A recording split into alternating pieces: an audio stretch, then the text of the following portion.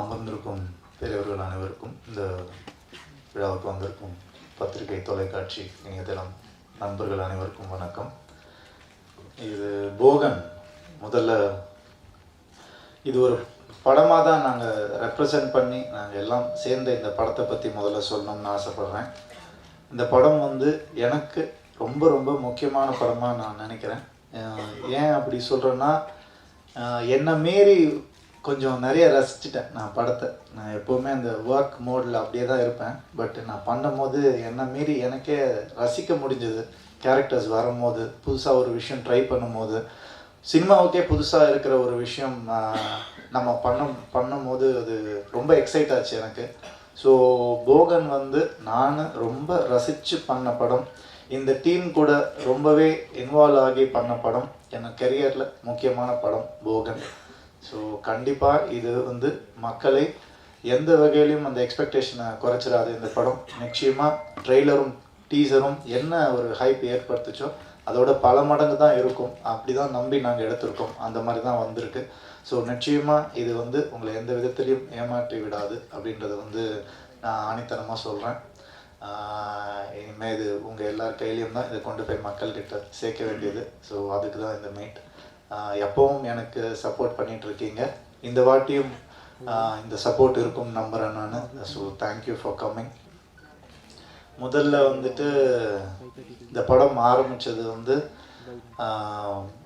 பிரபுதேவா சாரால் தான். நான் என்றைக்குமே பிரபுதேவா சாரையும் ஐஸ்வர்யா சாரையும் வேறு மாதிரி பார்த்ததில்லை. ரெண்டு பேரும் ஒன்று தான் எனக்கு. ரெண்டு பேரும் பிரதர்ஸ் தான் எனக்கு. அவங்களுடைய எண்ணம், அதாவது ரவி நல்லா இருக்கணுன்ற நினைக்கிற ஒரு எண்ணம் எவ்வளோ வருஷமாக இருந்துகிட்ருக்கு. அது இனிமேல் தான் அப்படி இருக்கணும்னு நான் ஆசைப்பட்றேன். அந்த எண்ணம் தான் இந்த படத்தை ஆரம்பித்ததே. பிரபுதேவா ஸ்டுடியோஸுன்ற ஒரு பெரிய நிறுவனத்தை பிரபு சார் லான்ச் பண்ணுறாரு. அதுக்கு நான் ஹீரோ அப்படின்னு நினைக்கும் போது முதல்ல ரொம்ப பெருமையாக இருக்குது, கர்வமாக இருக்குது. சொல்லக்கூடாது தான் இருந்தாலும் சொல்கிறேன். இத்தனை பேரை விட்டுட்டு நம்மக்கிட்ட வந்திருக்காங்க அப்படின்னு ஒரு பெருமையாக இருக்குது எனக்கு. அதே நேரத்தில் இது பெரிய பொறுப்புன்றதையும் நான் உணர்ந்தேன். இதுக்கான கரெக்டான டைரக்டர் தேவை இந்த கம்பெனிக்கு அப்படின்றத யோசித்து நானும் பிரபு சாரும் நிறைய முடிவு பண்ணி பேசி, ஐஸ்வரி சாரும் சொன்னார், நம்ம ரோமியோ ஜூலியட் பார்ப்போம் ரவி, பிரபு சாரும் பார்க்கணுன்னாரு அப்படின்னு சொல்லி பார்த்து அது வந்தப்புறம் அந்த படம் ரொம்ப பிடிச்சி போயிருந்துச்சு. நேராக எங்கள் ரெண்டு பேரையும் கூப்பிட்டு போய், என்னையும் லக்ஷ்மணியும் கூப்பிட்டு போய் பிரபு சார் இதான் ஓகே என்ன வச்சுருக்கீங்க அது சொல்லுங்கள், உடனே ஒரு அப்படி பண்ண ஒரு விஷயந்தான் இது. எப்போவுமே அவருடைய சாய்ஸஸ் ரொம்ப அழகாக இருக்கும், பிரபு சாருடைய சாய்ஸஸ். அண்டு அது இன்றைக்கி நினைவாக இருக்குது, இன்றைக்கி ரெடி ஆகிடுச்சு, நாளைக்கு ரிலீஸ் அப்படின்னு நினைக்கும் போது இத்தனை நாள் நாங்கள் பட்ட கஷ்டமும் நாங்கள் இதுக்காக செலவு பண்ண அந்த ஸ்ட்ரெயின், ஸ்ட்ரெஸ் எல்லாமே மறைஞ்சு போச்சு. அதுதான் உண்மை. நான் என்னுடைய சைடில் இருந்து பிரபுதேவா சாருக்கு 100% நான் சின்சியராக பண்ணி கொடுத்துருக்கேன் அப்படின்னு நான் பெருமையாக சொல்லுவேன். இந்த படம் அதில் நானும் பங்காக இருக்கேன் அப்படின்னு நினைக்கிறதே பெரிய பெரிய சந்தோஷம். அண்ட் ஐஸ்வரி சார் ரெண்டு பேரும் ஒன்று தான் எனக்கு. எதுவாக இருந்தாலும் என்னை வாழ்த்துறவங்க அவங்க ரெண்டு பேரும். அண்டு அடுத்தது லக்ஷ்மண் என்னை பற்றி கொஞ்சம் நிறையா தான் சொல்லுவார். அவர் எவ்வளோ சொன்னாலும் பண்ண மாட்டார். ரோமியோ ஜூலியட் முடித்ததுக்கப்புறம் போங்க பெரிய ஹீரோஸ் கூட பண்ணுங்க, நல்ல கதை பண்ணுங்க, அது பண்ணால் என் கூடயே தான் சுற்றிட்டு இருந்தார் அவர். சரி வேறு வழி இல்லை, இவர் போகமாட்டார் போல இருக்குன்னு, சரி என்னதான் இருக்குது சொல்லுங்கள் கதைன்னு சொன்னார். இல்லை சார் நம்ம ஒரு ஹிட்டு கொடுத்துட்டோம் சார், நம்ம ஒரு இது பண்ணணும் சார், இன்னும் பெட்டராக பண்ணோம் அப்படின்னாரு. நான் அதான் சொன்னேன், ஹிட்டு கொடுத்துட்டோங்கிறதுக்காக பண்ணி எதுவுமே ஆக போகிறது இல்லை லக்ஷ்மண், ஹிட்டு வர்றதுக்காக தான் பண்ணணும், அந்த மாதிரி கதை இருந்தால் சொல்லுங்கள் அப்படின்னேன். 2-3 சொன்னார். அப்படி பார்த்தேன், பிடிக்கல போல இருக்கேன், சரி சொல்லிவிட்டு போகன் மேட்ரு சொன்னார். சொன்ன உடனே நல்லா இருக்கேன், ஏன் இது முதலியே சொல்லலை சார், இது என்னோடய 5வது படமாக நான் பண்ணுறதுக்கு வச்சுருக்கேன் சார் அப்படின்னாரு. லக்ஷ்மண் நம்ம என்ன ஜென்ரேஷனில் இருக்கோம், நான் இத்தனை வருஷம் இண்டஸ்ட்ரியில் குப்பை கொட்டி 20 படம் தான் நடிச்சிருக்கேன், நீங்கள் 5வது படம் பண்ணுங்கள், 10வது படமாக பண்ணுங்கள், காமெடி பண்ணாதீங்க, இன்றைக்கி இருக்கிறது நல்லதாக இருக்கிறது தான் உடனே பண்ணணும், அதை பண்ணுவோம் அப்படின்னு எனக்கு 6 மாதம் டைம் வேணும் சார்னாரு. சரி ஓகே நம்மளா வாய் கொடுத்து மாட்டிக்கிட்டோம், சரி நான் வெயிட் பண்ணுறேன் 6 மாதம். ஏன்னா எனக்கு மைண்டெல்லாம் பிரபுதேவா ஸ்டுடியோஸுக்கு ஒரு நல்ல படம் பண்ணணுன்றது மட்டும்தான் இருந்துச்சு. உடனே 6 மாதம் எடுத்துக்கோங்க, அது 7 மாதம் ஆச்சு, 8 மாதம் பரவாயில்ல. 1008 கேள்வி வந்தாலும் நாங்களே அதை உட்காந்து சரி பண்ணிவிட்டு வேற ஒருத்தர் இந்த கேள்வியை கேட்டக்கூடாதுன்னு தான் நாங்கள் இந்த படத்தை வந்துட்டு செதுக்கியிருக்கோம். உண்மையாகவே ஒரு ஒரு ஊசியில் வந்துட்டு அப்படி தைக்கிற மாதிரி ஒவ்வொரு ஹோலாக அழகாக பின்னி பின்னி தான் வந்திருக்குது. அது எல்லா கிரெடிட்டும் கண்டிப்பாக அந்த ஹோல் டீமுக்கு. லக்ஷ்மண் வந்துட்டு பாவம் உண்மையாகவே அவருக்கு ஒரு 2 வயசு அதிகமாகிடுச்சு, ஒரு 3 வயசு அதிகமாகிடுச்சு இந்த படத்தில். அவ்வளோ வேலைகள் இருக்குது இந்த படம். டீசர் பார்க்கும்போது, ட்ரெய்லர் பார்க்கும்போது குழப்பம் வரும், என்ன கதை ஏதுன்னா. இது வந்து விஷுவல் ஃபில்ம். இது கதை சொன்னாலே குழப்பம்ன்றது தான் எல்லாருக்கும் தெரிஞ்ச விஷயம். பட் இது விஷுவல் சினிமாவே விஷுவல் மீடியம் தான். அதில் இந்த படம் ரொம்ப விஷுவலான ஒரு மேக்கிங். ஸோ அது பார்க்கும்போது அவ்வளோ கிளியராக இருக்கும், அவ்வளோ கிளாரிட்டியோடு இருக்கும். இது வந்துட்டு ரொம்பவே அழகாக பண்ணியிருக்காரு. மிகப்பெரிய டைரக்டர் ஆகக்கூடிய எல்லா அம்சங்களுமே இருக்குது லக்ஷ்மணுக்கு. என்னுடைய வாழ்த்துக்கள் லக்ஷ்மண். இனிமேல் ஏதாவது பெரிய பெரிய ஹீரோஸ் கூட படம் பண்ணுங்க அப்படின்னு ஆசைப்பட்றேன். திருப்பி வராதீங்க கொஞ்ச நாளைக்கு. அப்புறம் ஹன்சிகா மேடம், நீங்கள் அப்படி தான் சொல்லியிருக்காங்க. லக்ஷ்மணா அதான் சொன்னார். ஹன்சிகா வந்து என்ன சொல்கிறது, முதல்ல நல்ல ஃப்ரெண்ட். எங்கேயும் காதலில் பிரபு சார் தான் இன்ட்ரடியூஸ் பண்ணார். அப்போவே வந்துட்டு ஒரு ஒரு நல்ல ஒரு ஹீரோயின் கிடச்சிட்டாங்க இண்டஸ்ட்ரிக்கு அப்படின்ற ஒரு சந்தோஷத்தில் தான் இருந்தோம் நாங்கள். அந்த படம் அவங்கள தவிர என்னால் வேறு யாரையும் நினச்சி பார்க்கவே முடியாது. அதே மாதிரி ரோமியோ ஜூலியட்லேயும் சரி, அவங்கள மாதிரி வேறு யாராவது பண்ணியிருப்பாங்களான்னா டவுட்டு தான்.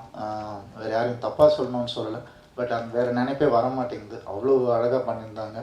சொன்ன மாதிரி சேட்டை பிடிச்சி போகணும் தான் லக்ஷ்மண் சொன்ன மாதிரி. அந்த சேட்டையை ஃபுல்லாக வச்சுருக்கோம் போகனில்.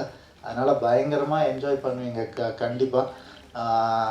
எனக்கு வந்துட்டு உண்மையாகவே ரொம்ப சந்தோஷமாக இருந்துச்சு. அவங்கள வந்துட்டு ஒவ்வொரு ஸ்டேஜ் ஆஃப் கெரியர்லேயும் பார்க்கும்போது அந்த வளர்ச்சி எனக்கு ரொம்பவே சந்தோஷமாக இருந்துச்சு.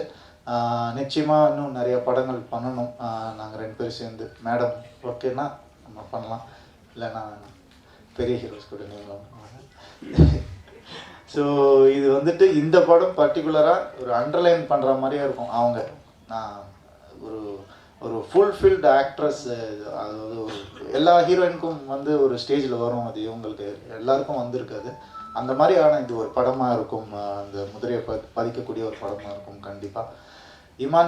இமான் சார் வந்துட்டு நான் வந்துட்டு சொல்லுவேன், அது என் படத்தில் மட்டும் சூப்பராக இருக்கும் சாங்ஸ் அப்படின்னு நான் சொல்லுவேன். சொல்லவே கூடாது, பட் உண்மையாகவே அது எனக்கு அப்படி தோணுதான்னு தெரில. அது வந்து ஒரு ஒரு சிச்சுவேஷன்ஸ் புதுசாக இருக்கும் போது தான் மியூசிக் டைரக்டருக்கு வந்து சாங் புதுசாக அமையும். ஸோ என்னுடைய படங்களில் வந்து நானும் இமான் சாரும் சேர்ந்து பண்ண படங்களில் வந்து மிருதன்லாம் என்ன சொல்கிறது, அது வந்து 2 சாங் தான் படத்தில், மற்ற எல்லாமே RR தான். ஸோ ஒரு ஆடியோ ஸ்க்ரீன் பிளேயை வந்து புரிஞ்சுக்கிற ஒருத்தர். அவர் வந்து ஆடியோ ஸ்க்ரீன் பிளே டைரக்டர்னு சொல்லலாம் அவரை. ஸோ அந்தளவுக்கு வந்து நாலேஜ் இருக்கிறவர். கண்டிப்பாக மேலும் மேலும் நிறைய நல்ல படங்கள் பண்ணணும் அவர் கூட. சவுந்தர் சார் டிஓபி, அவர் வந்து என்னென்னா ரோமியோ ஜூலியட்லேயும் அவர் தான், போகனும் அவர் தான், சேம் டீம். அண்டு இது வந்து பர்டிகுலராக சொல்லணுன்னா ரோமியோ ஜூலியட் வந்து டக்குன்னு எடுத்தார், டக்குன்னு முடிச்சிட்டோம் படத்தை. இந்த படத்தை நான் அப்படி எடுக்க மாட்டேன், இதுக்குன்னு ஒரு விஷுவல் கிராண்டியர் வேணும், நான் கேட்குறதெல்லாம் வேணும், அப்படி இருந்தால் என்னை கூப்பிடுங்க, எல்லாம் வேணாம் அப்படின்னு சொல்லிட்டாரு. அண்ட் லக்ஷ்மணன் வந்துட்டு சார் இது வந்து வின்னிங் டீமாக இருக்கணும்னா உங்கள் பங்களிப்பு கண்டிப்பாக தேவை இது அப்படின்னு சொல்லி நானும் அவரும் ஆசைப்பட்டு பண்ணோம். நீங்கள் பார்த்துருப்பீங்க விஷுவல்ஸ்லாம் அவ்வளோ அழகாகவும் டீட்டெயில்டாகவும் இருக்கும். இது வந்துட்டு அவருக்கு மிகப்பெரிய ஒரு ஒரு சக்ஸஸ்ஃபுல் ஃபில்மாக அமையும்னு நினைக்கிறேன் நான். கண்டிப்பாக அமையும். எங்கள் ப்ரொடியூசர் அஸ்வின் அவர்கள், எக்ஸிக்யூட்டிவ் ப்ரொடியூசர் அஸ்வின் வந்துட்டு என்னென்னா எனக்கு ஞாபகம் இருக்குது, எங்கள் அப்பா வந்து ஒவ்வொரு யூனிட்டுக்காக ஃபோன் பண்ணி அந்த டைரக்டர் ப்ரொடியூசர் கேட்கலாம், என் பையன் எப்படி பண்ணுறான், என் பையன் எப்படி பண்ணுறான் அப்படின்னு கேட்டுட்ருப்பார். அந்த மாதிரி ஐஸ்ரீ சார் வந்துட்டு அஸ்வினை கேட்டுகிட்டே இருப்பாருப்பா, ஓகே தானப்பா, எல்லாம் நல்லபடியாக நடக்குதுல்லப்பா அப்படின்னு கேட்டுகிட்டே இருப்பார். அந்த ஒரு அன்பு வந்துட்டு உண்மையாகவே பெரிய விஷயம். அவருக்கு எவ்வளோ வேலைகள் இருக்கும், என்ன தான் இருந்தாலும் இவருக்கு ஒரு ஃப்யூச்சர் க்ரியேட் பண்ணுன்றதுல வந்து ஐஸ்ரீ சார் மாதிரி வரவே வராது. அவ்வளோ ஒரு நல்ல மனசு. அண்ட் என்னோடய பிரதர் அஸ்வின், என்னோட இன்னொரு பிரதர் ஜேமி வருண், அவர் வந்துட்டு பெரிய குடும்பத்திலேருந்து வந்தவர், நிறைய பார்த்துருப்பார். அவர் வந்துட்டு சிம்பிளாக இருக்கணும்னு அவசியம் கிடையாது, பட் என்னதான் இருந்தாலும் அந்த மரியாதை வந்துட்டு அவ்வளோ இருக்குது. அந்த ஃபேமிலிக்கே உரிய மரியாதை அது. ஸோ அதில் நானும் ஒரு பங்காக இருக்கேன்னு நினைக்கும் போது ரொம்பவே சந்தோஷமாக இருக்குது. எப்பவும் இதே மாதிரி இருக்கணும் வரும். உங்களுக்கு கூடிய சீக்கிரமே மிகப்பெரிய சக்ஸஸ் வரப்போகுது. நீங்கள் எப்பவும் இதே மாதிரி இருக்கணும்னு நான் ஆசைப்பட்றேன். நான் எப்பவுமே அப்படி தான் இருப்பேன் உங்ககிட்ட. ஸோ கண்டிப்பாக இந்த படம் உங்களுக்கு மிகப்பெரிய பேர் வாங்கி தரும். மேலும் பல படங்களில் நல்ல நல்ல பேர் வாங்கணும் நீங்கள். என்னுடைய மனப்பூர்வமான வாழ்த்துக்கள். அப்புறம் அரவிந்த் சுவாமி சார், இந்த படம் வந்துட்டு எனக்கு தனி உருவம் முன்னாடியே, அதாவது இது தனி ஒருவனுடைய சக்ஸஸ் இதை வந்து நம்ம யூஸ் பண்ணிக்கிறோமா அப்படின்றது யோசிச்சா கிடையாது. படம் தனி ஒருவன் ரிலீஸ் ஆகிறதுக்கு முன்னாடியே எனக்கு தோணுன ஒரு விஷயம். நான் அப்போ அரவிந்த் சார்கிட்ட போய் சொன்னேன், சார் இந்த மாதிரி ஒரு கதை இருக்குது கேட்குறீங்களா, நான் இப்போ தானே ரவி பண்ணோம், இப்போ கரெக்டாக இருக்குமா அப்படின்னு கேட்டார். அப்போ நான் சொன்னேன், நீங்கள் கேட்டுட்டு நீங்கள் சொல்லுங்கள் சார் அப்படின்னேன். கேட்ட உடனே எனக்கு ஃபோன் பண்ணி, இப்போ புரிஞ்சது நீ எதுக்கு லக்ஷ்மண் அனுப்புன அப்படின்னு சொல்லி. உடனே அவ்வளோ எக்ஸைட் ஆகி பண்ணது தான். ஸோ அவருடைய பங்களிப்பு சொல்லவே வேணாம், பார்த்தாலே உங்களுக்கு தெரியும். ஸோ இது வந்துட்டு ஒரு அருமையான ஒரு டீம், இது வந்து அழகாக அமைஞ்ச ஒரு டீம். இந்த டீம் வெற்றி பெறணும் அப்படின்னு நான் வேண்டிக்கிறேன். உங்கள் கையிலையும் இருக்காது. ஸோ யாரையாவது விட்டு இருந்தால் மன்னிச்சுக்கோங்க.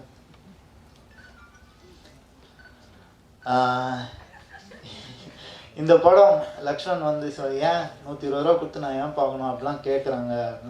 நல்ல விஷயம், அது நியாயம் தானே, அவங்க கேட்குறது நியாயம்தான். இது வந்துட்டு என்னென்னா, எல்லா எலிமெண்ட்ஸும் ஈக்குவலாக அமையிறது ரொம்ப ரொம்ப கஷ்டம் ஒரு ஸ்க்ரீன் பிளேயில். ஒரு ரொமான்ஸ் அதிகமாயிட்டாலும் பிரச்சனை, ஆக்ஷன் அதிகமாயிட்டாலும் பிரச்சனை. இதில் வந்துட்டு ரொமான்ஸ், ஆக்ஷன், த்ரில், ஃபைட், அப்புறம் ஒரு அமானுஷம், ஒரு மித்திக்கல் எலிமெண்ட், இது எல்லாமே ஒரு ரைட் பேலன்ஸில் அமைஞ்சிருக்கு. அது அமையிறது ரொம்ப ரேர், நான் பார்த்த வரைக்கும் ரொம்ப ரொம்ப ரேர். அது இந்த படத்தில் கரெக்டாக அமைஞ்சிருக்கு. நிச்சயமாக இது வந்துட்டு ஆடியன்ஸுக்கு போய் ரீச் ஆகக்கூடிய ஒரு படமாக இருக்கும். கண்டிப்பாக இது ஒரு ஜனரஞ்சகமான கைத்தட்டி விசிலடித்து பார்க்கக்கூடிய ஒரு படமாக இருக்கும். அதனால் தேட்டரில் போய் பாருங்கள். Say no to piracy. நன்றி, வணக்கம்.